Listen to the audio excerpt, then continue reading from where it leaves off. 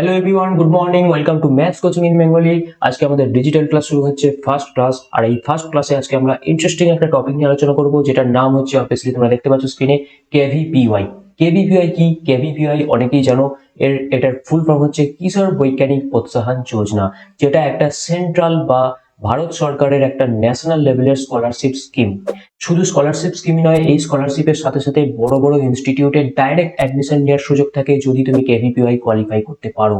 এই কেভিপিওয়াই কোন কোন ক্লাসে দেওয়া যায়? ক্লাস 11-এ যারা পড়ছো, ক্লাস 12-এ যারা পড়ছো, এবং যারা এবছর ক্লাস 12 পাস আউট হয়েছো, এই তিন ধরনের স্টুডেন্টই কিন্তু তিনটে ভিন্ন ভিন্ন লেভেলে কেভিপিওয়াই দিতে পারবে। কেভিপিওয়াই দেওয়ার ফলে কি হবে বললাম, স্কলারশিপ পাবে, সাথে বড় বড় ইনস্টিটিউটে ভর্তি হতে পারবে।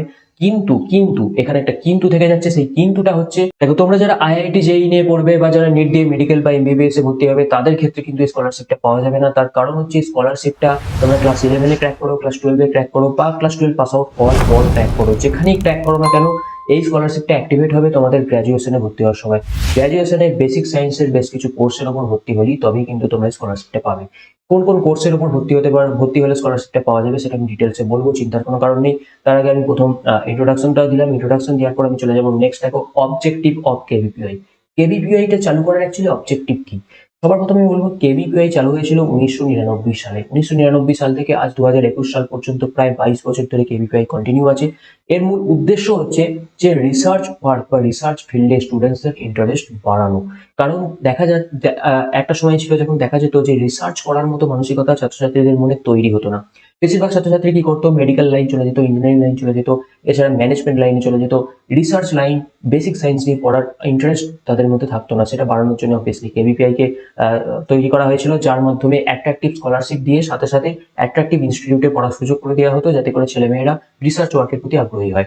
ওকে, তো এখানে দেখো সেটাই বলা আছে, to encourage and identify talented students with interest in research work, সাথে সাথে to provide scholarship and grant.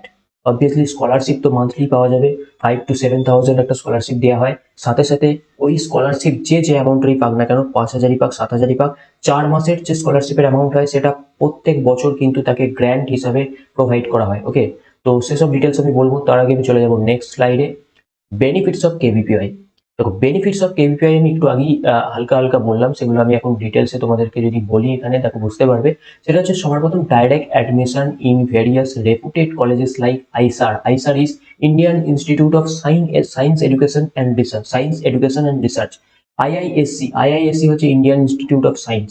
এখন একটা জিনিস দেখো, একটু আগে আমি বললাম, যারা আইআইটি জেইতে ভর্তি হবে বা যারা মেডিকেলে ভর্তি হবে, নিটে ভর্তি হবে, তাদের জন্য কিন্তু এই স্কলারশিপটা পাওয়া যাবে না। তো তার মানে তোমরা কি ভাবছো যে যারা আইআইটি জেই প্রিপারেশন নিচ্ছে তারা কেভিপিআই দেবে না? এটা সম্পূর্ণ ভুল ধারণা। সবার প্রথম হচ্ছে, 1 নম্বর কারণ, যারা আইআইটি জেই বা নিটের প্রিপারেশন নিচ্ছ তাদের ক্ষেত্রে সব থেকে বেনিফিশিয়াল হবে কেভিপিআই দেওয়া। কারণ কেভিপিআই সিলেবাসের সঙ্গে অলমোস্ট 90% সিলেবাস কমন আইআইটি জেই বা নিটের সাথে। ওকে, তো তোমার আইআইটি জেই প্রিপারেশন করছো মানে অলরেডি কেভিপিআই প্রিপারেশন তোমার হয়ে যাচ্ছে। It's okay. এরপর দেখো, আরো একটা কথা বলি, ধরো আইআইটি জেইতে তুমি ভালো র্যাঙ্ক করলে, নিজের পছন্দ মতো জায়গায় তুমি চান্স পেলে, কিন্তু ওকে, তুমি এমবিবিএস পড়ো, আইআইটি জেই পড়ো, কেভিপিআই করলে কি করলে না, কোনো সমস্যা নেই তাতে। কিন্তু যদি আইআইটি জেইতে ভালো র্যাঙ্ক না হয়, তাহলে কেভিপিআই তোমাকে কিভাবে সাহায্য করবে? দেখো, কেভিপিআই এর মাধ্যমে এই যে আইআইএসসি তে ভর্তি হওয়ার কথা আমি বললাম না, এখানে প্রথমে দেখতে পাচ্ছ যে IISc for Indian institute of science, এটা ব্যাঙ্গালোরে অবস্থিত। এখানে আইআইটির যে টপ 100 স্টুডেন্টস হয়, টপ 100 স্টুডেন্টস, ওকে, টপ 100 স্টুডেন্টস আইআইএসসি তে চান্স পায়।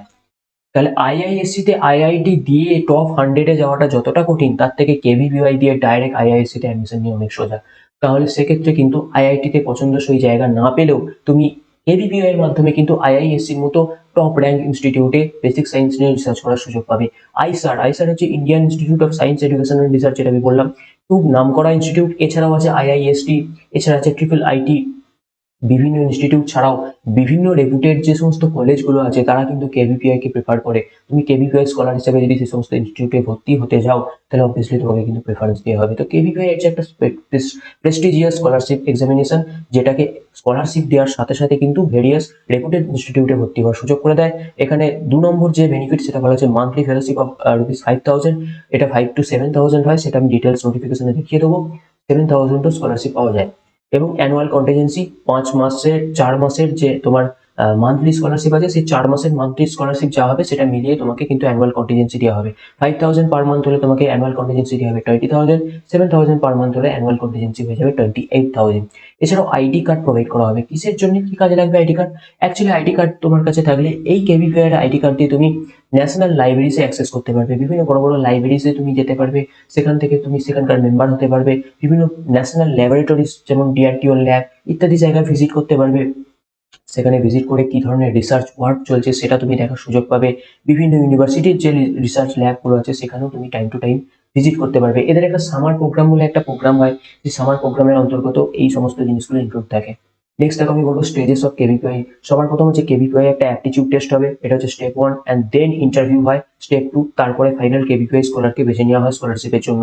কিন্তু কিন্তু কিন্তু একটা জিনিস খেয়াল করে দেখো, 2020 সালে কিন্তু স্টেপ 2 বাদ গিয়েছিল ফর কোভিড, আর 2021 সাল কোভিড এখনো শেষ হয়নি, হতে পারে 2021 সালেও কিন্তু স্টেপ 2 বাদ চলে যেতে পারে। কিন্তু স্টেপ 1 অবভিয়াসলি থাকবে। স্টেপ 1 অ্যাপটিটিউড টেস্ট অর্থাৎ রিটেন টেস্ট। মেনলি স্টুডেন্টরা ভয় পায় ইন্টারভিউকে, তাই ইন্টারভিউটা বাদ গেলে অনেকেরই সুবিধা হবে, কিন্তু ইন্টারভিউ থাকবে ধরে নিয়ে আমরা প্রিপারেশন নেবো। তো অ্যাপটিটিউড টেস্ট এবং ইন্টারভিউ দুটো পার্টে আমাদের সিলেকশন হবে। এরপর দেখো কোন কোন স্ট্রিম আছে। এখানে তিনটে আমি বললাম, তিনটে লেভেল, ক্লাস 11, ক্লাস 12 আর ক্লাস 12 পাস আউট দিয়ে বিএসসি ফার্স্ট ইয়ারে ভর্তি হলে। তো তিনটে স্ট্রিমের মধ্যে এসএ ফার্স্ট স্ট্রিম, তারপরে হচ্ছে এসএক্স অ্যান্ড দেন হচ্ছে এসবি। এখন এই তিনটে স্ট্রিমের মধ্যে কোন স্ট্রিমে কে পড়বে সেটা দেখে নাও। এখানে এসএ হচ্ছে for class 11 students studying science stream in class 11। Class 11 a science নিয়ে ভর্তি হলে তুমি এসএ দিতে পারবে। ক্লাস এসএক্স হচ্ছে ক্লাস 12 এ সায়েন্স নিয়ে পড়লে এসএক্স দিতে পারবে। আর এসবি হচ্ছে যেটা আমি বললাম, ফার্স্ট ইয়ারে কোনো সায়েন্স সাবজেক্ট নিয়ে যদি ভর্তি হও তাহলে সেক্ষেত্রে তোমরা এসবি দিতে পারবে। তিনটে লেভেলে মূলত পরীক্ষা হয়, যেখানেই ক্র্যাক করানো কেন স্কলারশিপ তোমার কিন্তু ফার্স্ট ইয়ার গ্র্যাজুয়েশন থেকে স্টার্ট হবে, যখন তুমি গ্র্যাজুয়েশনে বেসিক সায়েন্সে ভর্তি হবে। দেখো এটা হচ্ছে 2021 সালের ডিটেলস নোটিফিকেশন। এখানটা আমি এলিজিবিলিটি ক্রাইটেরিয়াটা একটু ডিটেলসে বলে দেবো। দেখো সবার প্রথম বলছে যে the department of science and technology government of India, এটা একটা ভারত সরকারের স্কলারশিপ। সবার প্রথম এটা জেনে রাখো। Offers attractive fellowship. Attractive fellowship কত অফার করছে এখানে দেখো দেওয়া আছে 5,000 to 7,000 per month, and contingency grants equivalent to 4 months fellowship per annual. অর্থাৎ 4 মাসের ফেলোশিপের যে পরিমাণটা হবে সেটা কিন্তু বছরে ওয়ান টাইম গ্র্যান্ট হিসেবে তোমাকে দেওয়া হবে, বুক গ্র্যান্ট বা contingency grant. Students studying in first year program in basic sciences course such as BSc, BS, BStat, BMath, Integrated MSc, Integrated MS, এই সমস্ত কোর্সগুলো নিয়ে যদি তুমি গ্র্যাজুয়েশনে ভর্তি হও তবেই কিন্তু স্কলারশিপের জন্য তুমি যোগ্য। সেই জন্য আমাকে বললাম আইআইটি বা জেইতে তুমি যদি নিট দিয়ে এমবিবিএস এ ভর্তি হও তাহলে কিন্তু পাবে না। এই কোর্সগুলোর মধ্যে তোমাকে যে কোনো কোর্স সিলেক্ট করতে হবে গ্র্যাজুয়েশনে, তবে স্কলারশিপটা অ্যাক্টিভেট হবে। মনে করো তুমি ক্লাস 11 ক্র্যাক করেছো, স্কলারশিপ অ্যাক্টিভেট হবে না, হবে গ্র্যাজুয়েশনে গিয়ে। সেটাই দেখো আমি ডিটেলসে বলা আছে। এলিজিবিলিটি ফর স্ট্রিম এসএ, এসএটা ক্লাস 11 এর জন্য আমি বললাম। এখানে পরিষ্কার বলাই আছে 2021-22 সালে যারা ক্লাস 11 এ সায়েন্স নিয়ে ভর্তি হবে তারা প্রত্যেককে কিন্তু কেভিপিআই দেওয়ার জন্য এলিজিবল। এর আগে একটা সার্টেন পার্সেন্টেজ ছিল যে ক্লাস 10 বোর্ডে এত পার্সেন্ট মার্কস পেলে তবেই কেভিপিআই দিতে পারবে, কিন্তু এবছর সেটা উঠে গিয়েছে কোভিড-19 এর কারণে। প্রত্যেককে, যারাই ক্লাস 11 এ ভর্তি হয়েছে অর্থাৎ মাধ্যমিক পাস করেছে, তারা প্রত্যেককে সায়েন্স নিয়ে ক্লাস 11 এ ভর্তি হলেই কেভিপিআই দেওয়ার জন্য যোগ্য। এবং তাদের জন্য দেখো 2023-24 সালে তারা যখন গ্র্যাজুয়েশনে ভর্তি হবে তখন কিন্তু এই সিলেক্টেড যারা কেভিপিআই স্কলার আছে তাদের জন্য স্কলারশিপটা অ্যাক্টিভেট হবে, তার আগে কিন্তু অ্যাক্টিভেট হবে না। এবং 2023-24 সালে এই সমস্ত কোর্সগুলো নিয়ে গ্র্যাজুয়েশনে ভর্তি হতে হবে, তবে স্কলারশিপটা অ্যাক্টিভেট হবে। ওকে, এবং সাথে সাথে ক্লাস 12টা তোমাদেরকে পাস করতে হবে 60% মার্কস নিয়ে, তবেই কিন্তু তোমাদের 23-24 সালে গ্র্যাজুয়েশনে যখন ভর্তি হবে তখন স্কলারশিপটা পাবে। একইভাবে দেখো এলিজিবিলিটি ফর এসএক্স। এসএক্স মানে হচ্ছে যারা ক্লাস 12 এবারে উঠেছো, তারা কি হয়েছে না 2022-23 সালে গ্র্যাজুয়েশনে ভর্তি হবে। তো ক্লাস 12 পড়তে পড়তে যদি কেউ কেভিপিআই ক্র্যাক করে, তাকে এর পরের বছর যখন সে গ্র্যাজুয়েশনে ভর্তি হবে, সেই গ্র্যাজুয়েশনে যদি সে বেসিক সায়েন্সের যে সমস্ত কোর্সগুলো আমি বললাম, বিএসসি, বিএস, বিস্ট্যাট, বিম্যাথ, এগুলো নিয়ে ভর্তি হয়, এবং ক্লাস 12, এই যে ক্লাস 12 উঠেছে, ক্লাস 12 এর ফাইনাল বোর্ড এক্সামটা 60% মার্কস নিয়ে পাস করে থাকুক, তবেই কিন্তু এর নেক্সট ইয়ারে গ্র্যাজুয়েশনে পড়ার সময় কেভিপিআই এর স্কলারশিপ পাওয়ার যোগ্য হবে। অ্যান্ড স্ট্রিম এসবির জন্য কি বলছে, আগেতে একটা সার্টেন পার্সেন্টেজ থাকতো যে এত পার্সেন্ট নাম্বার নিয়ে তোমার ক্লাস 12 পাস আউট হলে তবেই তোমরা এসবি স্ট্রিমের জন্য এলিজিবল। কিন্তু এবারে কোভিড-19 এর ক্ষেত্রে কোনো পার্সেন্টেজ নেই, অর্থাৎ ক্লাস 12 পাস আউট যে কোনো মার্কস নিয়ে হোক না কেন, পাস আউট হলেই তোমরা অ্যাপটিটিউড টেস্টের জন্য এলিজিবল হয়ে যাবে। এবং তোমাদেরকে পাস আউট হয়ে আরো একটা জিনিস হতে হবে, ফার্স্ট ইয়ার বিএসসি, বিএস, বিস্ট্যাট, বিম্যাথ ইত্যাদি কোনো কোর্সে ভর্তি হতে হবে, তবেই কিন্তু ফার্দার তোমরা স্কলারশিপটা পাবে। এই ছিল ডিটেলস এলিজিবিলিটি ক্রাইটেরিয়া। এরপর আমি নেক্সট স্লাইডে চলে যাবো। দেখো এবার আমি চলে আসবো এক্সাম প্যাটার্ন অফ কেভিপিআই। সবার প্রথম হচ্ছে 11 স্টুডেন্টস যারা ক্লাস 11 এ পড়ছো, অর্থাৎ এস এর জন্য তোমাদের যে তোমার এক্সাম প্যাটার্ন হচ্ছে সেটা PCMB, PC P for physics and C for chemistry, M for maths, B for biology. তো এর 4টে সাবজেক্টের উপর তোমাদের এসএ বা ক্লাস 11 স্টুডেন্টদের পরীক্ষা হবে, physics, chemistry, math, biology. Class 12 এর স্টুডেন্টদের জন্য ফিজিক্স, কেমিস্ট্রি, ম্যাথ, বায়োলজির মধ্যে ফিজিক্স প্লাস কেমিস্ট্রি হচ্ছে কম্পালসারি, এবং এর সাথে ম্যাথ বা বায়োলজি যে কোনো একটা অপশনাল নিয়ে তুমি কিন্তু পরীক্ষাটা দিতে পারবে। অর্থাৎ 3টে সাবজেক্টে হবে, হয় পিসিবি অর্থাৎ ফিজিক্স, কেমিস্ট্রি, বায়োলজি, বা পিসিএম ফিজিক্স, কেমিস্ট্রি, ম্যাথমেটিক্স। ওকে, এরপর দেখো আমরা চলে এসেছি কেভিপিআই এক্সাম প্যাটার্ন নিয়ে। এখানে সবার প্রথম বলে দেবো যে প্রত্যেকটা কোশ্চেনের জন্য কিন্তু তোমাদের 25% নেগেটিভ মার্কিং আছে, অর্থাৎ 1 নম্বরের প্রশ্নের জন্য 25% মানে 1/4 করে নেগেটিভ মার্কিং থাকবে, আর 2 নম্বরের কোশ্চেনের জন্য কিন্তু হাফ করে নেগেটিভ মার্কিং থাকবে, এটা মাথায় রাখতে হবে। এবার দেখো স্ট্রিম এসি, অর্থাৎ যারা ক্লাস 11-এ পড়ছো, এসএটা হচ্ছে ক্লাস 11-এর জন্য। তো ক্লাস 11-এ যারা পড়ছো তাদের কোশ্চেন প্যাটার্ন কিরকম হবে, পার্ট 1 পার্ট 2 দুটো পার্টের কোশ্চেন হবে। পার্ট 1 কোশ্চেনটা একসাথেই থাকবে কিন্তু তার দুটো পার্ট থাকবে। পার্ট 1-এ 1 নম্বরের কোশ্চেন থাকবে 15টা, এই 4টে সাবজেক্টের ক্ষেত্রে সেম কোশ্চেন প্যাটার্ন, এবং পার্ট 2-তে থাকবে 5টা কোশ্চেন, যার মার্কস হবে 2 নম্বর করে, অর্থাৎ টোটাল 10 মার্কস আসবে এখান থেকে। এখানে 15 কোশ্চেন 1 মার্কসের, টোটাল 15 মার্কস আসবে। টোটাল কিন্তু 15 + 10 25 মার্কস প্রত্যেকটা সাবজেক্ট থেকে হবে। অর্থাৎ এখানে 15 কোশ্চেন, এটা নাম্বার অফ কোশ্চেন, এখানে নাম্বার অফ কোশ্চেন 5 পার্ট 2-তে, 25 হচ্ছে total number, total marks. Mathematics এর ক্ষেত্রেও তাই, ফিজিক্সের ক্ষেত্রেও তাই, কেমিস্ট্রির ক্ষেত্রেও তাই, বায়োলজির ক্ষেত্রেও তাই। তাহলে 4টে সাবজেক্ট থেকে আমার যদি 25 করে কোশ্চেন, 25 করে মার্কসের কোশ্চেন হয়, তাহলে টোটাল কিন্তু 100 মার্কসের পরীক্ষা হবে for stream SA or class 11 student. Next দেখো আমি এখানে বলবো stream SB or Essex. SB Essex দুটোর ক্ষেত্রে কিন্তু কোশ্চেন প্যাটার্ন সেম হয়। এখানে ম্যাথমেটিক্স, ফিজিক্স, কেমিস্ট্রি, বায়োলজির মধ্যে যে কোনো 3টে নিতে হবে, যেখানে ফিজিক্স, কেমিস্ট্রি কম্পালসারি, ম্যাথস, বায়োলজির মধ্যে এখানে চুজ করতে হবে যে কোনো একটা। 25% কিন্তু নেগেটিভ মার্কিং থাকবে, ফিজিক্স, কেমিস্ট্রির সাথে ম্যাথস, বায়োলজির মধ্যে যে কোনো একটা চয়েস করতে হবে। সর্বপ্রথম প্রত্যেকটা সাবজেক্টের কোশ্চেন প্যাটার্ন সেম, এখানে দেখে নাও। পার্ট 1 থেকে 20টা কোশ্চেন আসবে, যেটা আমি বললাম 20টা কোশ্চেন কিন্তু 1 মার্কসের থাকবে, অর্থাৎ এখান থেকে 20 মার্কস হবে।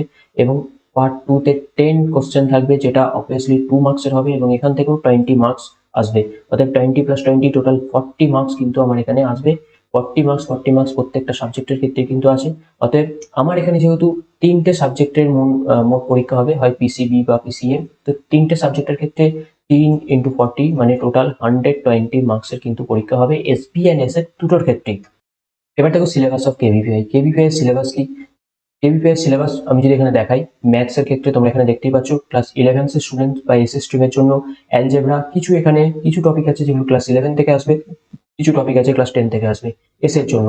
তো এস এর স্ট্রিমের জন্য দেখো 11 থেকে যেগুলো আসবে, algebra, theory, equation, quadratic equation, এটা ক্লাস 10 এর টপিক থেকেই আসবে। Complex number class 11, sequence series class 11, binomial theorem class 11, permutation combination, তারপরে নাম্বার সিস্টেম এটা ক্লাস 9 10 লেভেলের, জিওমেট্রি ক্লাস 10 লেভেলের, ওকে, অ্যান্ড ফাংশন হচ্ছে আবার এগেন ক্লাস 11 লেভেলের। তো এইটা হচ্ছে সিলেবাস এস এর। এসএক্স এর ক্ষেত্রে দেখো অ্যালজেব্রা কিন্তু সেম সিলেবাস আছে, কিন্তু প্রত্যেকটা কিন্তু লেভেলটা ইনক্রিজ করে যাবে। বাইনোমিয়াল, সিকোয়েন্স সিরিজ, ওকে, কমপ্লেক্স নাম্বার, থিওরিফিকেশন, লেভেলটা ইনক্রিজ করে যাবে। সাথে এখানে যে টপিকগুলো আছে সেগুলো চেঞ্জ হয়ে যাচ্ছে। দেখো এখানে ডিফারেন্সিয়াল ইকুয়েশন আছে, তো ডিফারেন্সিয়াল ইকুয়েশন ডিফারেন্সিয়াল ক্যালকুলাস আছে, ইন্টিগ্রাল ক্যালকুলাস আছে, প্রবাবিলিটি আছে, ট্রিগোনোমেট্রি বা ত্রিকোণমিতি আছে, কোঅর্ডিনেট জিওমেট্রি আছে, ম্যাট্রিক্স জয়েন্ট আছে। এগুলো সবই কিন্তু ক্লাস 11 12 এর লেভেলের হবে। নেক্সট আমি তোমাকে বলে দিই ফিজিক্সের সিলেবাস। আমি ফিজিক্সের টিচার নই, তাই আমি ডিটেলসে বলছি না, তোমরা এখান থেকে স্ক্রিনশট নিয়ে নাও। এরপর এটা হচ্ছে এস এর জন্য, এটা হচ্ছে এসএক্স এর জন্য। এসএক্স এর জন্য হয়েছে কিন্তু এসবির জন্য দেওয়া নেই, কারণ এসবির যা সিলেবাস আর এসএক্স এর যে সিলেবাস দুটো সেম, খালি লেভেলটা, ডিফিকাল্টি লেভেলটা একটু করে বাড়বে। তো এটা ছিল ফিজিক্সের জন্য। এরপর আমি নেক্সট চলে যাবো কেমিস্ট্রির জন্য। স্ক্রিনশট নিয়ে নাও, তোমরা কি দেখতে পারবে এসএক্স এসবি সেম এর ক্ষেত্রেও, ওকে।